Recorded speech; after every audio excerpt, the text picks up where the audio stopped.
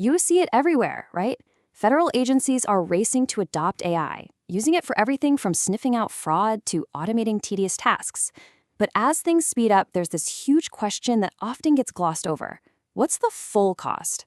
Believe me, the initial price tag is just the beginning. Today, we're going to pull back the curtain on all those hidden expenses that can truly make or break a federal AI project. So let me just ask you point blank. When your agency kicks off a new AI initiative, do you actually have a clear picture of the total investment? I'm not talking about just the software license, but everything across its entire life. If you're like most people, the real number is probably a bit of a mystery. Well, let's solve it together. And honestly, this iceberg nails it, right? It's the perfect way to think about AI costs. What you see above the water, that's the obvious stuff. Software, tools, the things you write the first check for. But the real weight, the part that can literally sink your budget, is hiding right below the surface. This is where you find the massive, ongoing cost of data, raw computing power, tricky integrations, and just keeping the lights on. And of course, this being the federal space, it's not the Wild West. There are rules.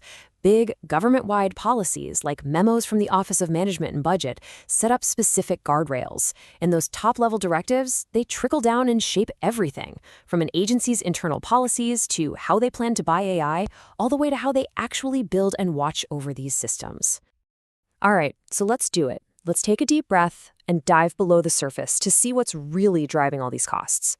We're going to break down the anatomy of AI spend piece by piece. First up, and this is a huge one, is data.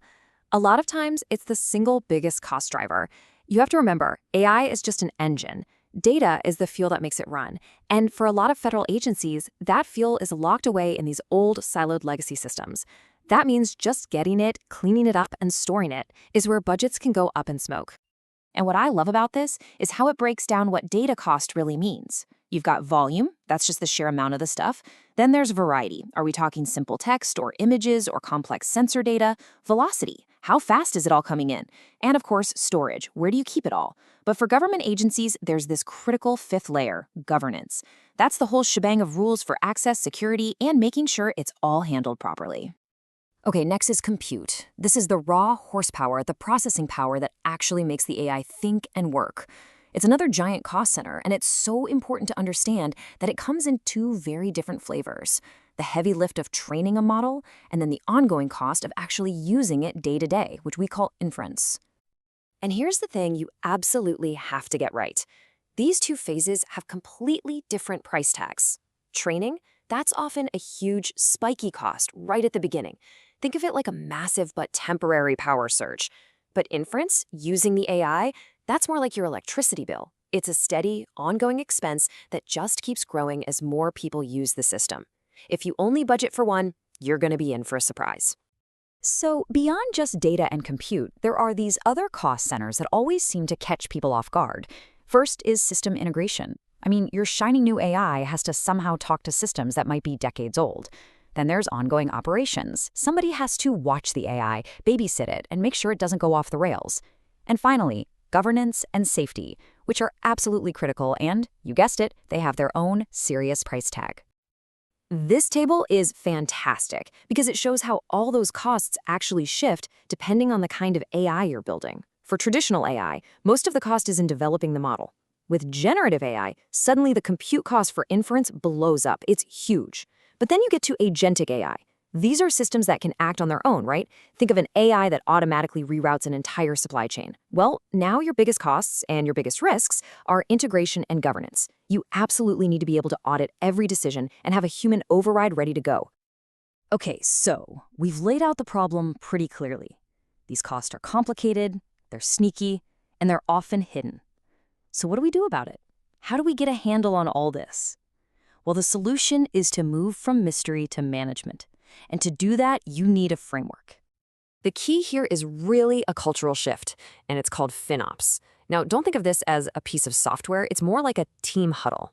It's about getting your engineers, your finance people, and your mission leads all looking at the same playbook, speaking the same language. The goal is simple. Make every single dollar you spend on things like compute and storage directly traceable to a real mission outcome. Now, with that FinOps mindset in place, we can build a really practical cost framework. And it just makes sense. It follows the natural flow of any AI project. You start with your foundation, right? The data infrastructure. Then on top of that, you build the computational infrastructure. Then comes the fun part, the model development itself. After that, the crucial work of integration and deployment. And finally, you have ongoing monitoring, just to make sure everything keeps working the way it's supposed to. But hang on, remember agentic AI? The really autonomous stuff? For those systems, we have to add a distinct sixth layer to our framework. This one is all about safety and governance. This is where you budget for things like being able to trace every decision the AI makes and building in those essential human-in-the-loop kill switches. It is absolutely non-negotiable when the AI starts acting on its own. And here's where this whole thing becomes really powerful. See, this isn't just a list of costs anymore. It's a tool for leadership. It gives you a clear structure to plan your budgets, attribute every single dollar you spend, and then report back on your return on investment with total clarity. At the end of the day, this is the goal. Having a structured approach like this creates a shared vocabulary. It lets the program managers, the acquisition folks, and the tech teams all speak the same language. And the result? You get smarter estimates, more realistic budgets, and way better conversations with oversight. So the question to take back to your team is this. Are you all speaking the same language when it comes to the cost of AI? Because having that shared vocabulary, that shared framework, it isn't just about saving a few bucks. It's the absolute foundation for responsible innovation and ultimately for mission success.